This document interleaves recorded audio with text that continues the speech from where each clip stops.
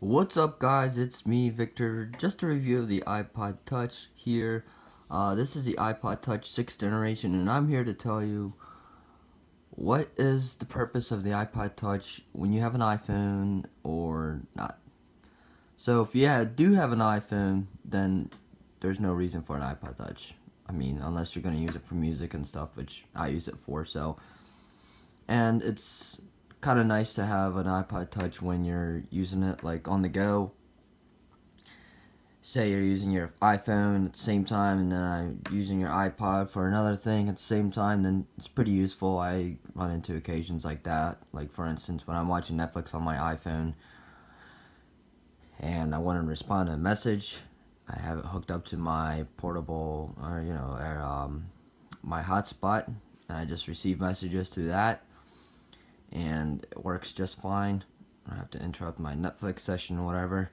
The other thing is, this is a 32 gigabyte, so I can put music on here. I have Amazon Prime, so I just launched the Amazon Prime Music app, and I can actually download music for offline listening.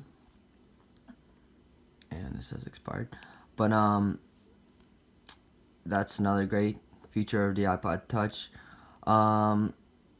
What's the reason? It has a good camera, an 8 megapixel camera with a 720p HD front-facing camera as well, with the ambient light sensor. I don't really use it as my primary camera. I have an iPhone 7, and that's the other thing. It's kind of hard to get used to the non-3D touch.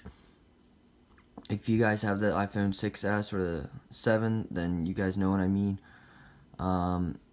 It's still rather snappy. I have the latest iOS.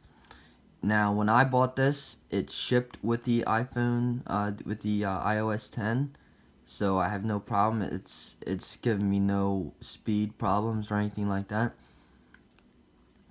I do have, I have a decent amount of apps on here. I use it for, just usually games, or just test speed my Wi-Fi or whatever Wi-Fi there is I'm connected to, but that's really the main purpose of the iPod that I use it for.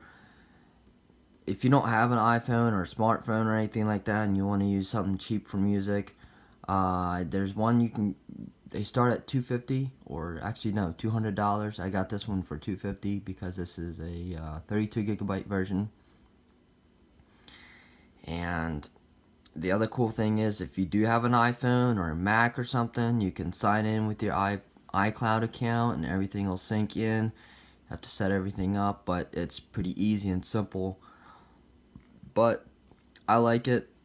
It's very useful. It's very light. It's very small, very portable.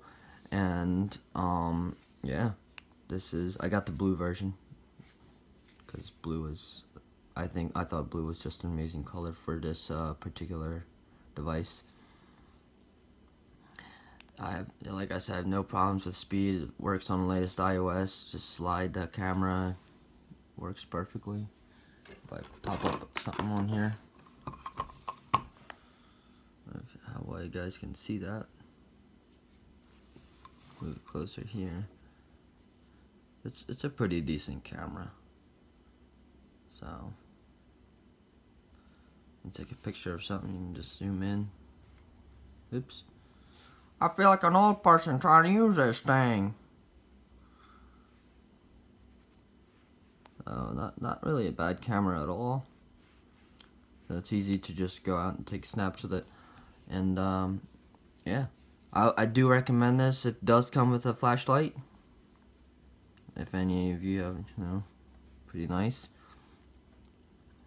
So yeah, I do recommend this to anybody who wants, to listen to music, who wants to use a secondary device for iOS to on the go, or anything like that. I think it's a very useful thing still. This came out in 2015.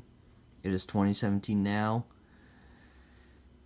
and I would recommend it to anybody who really wants, if it's a real necessity. If they have an iPhone or smartphone or whatever, then why bother getting this, But I have a smartphone, like I said, but I use it for if you have different purposes.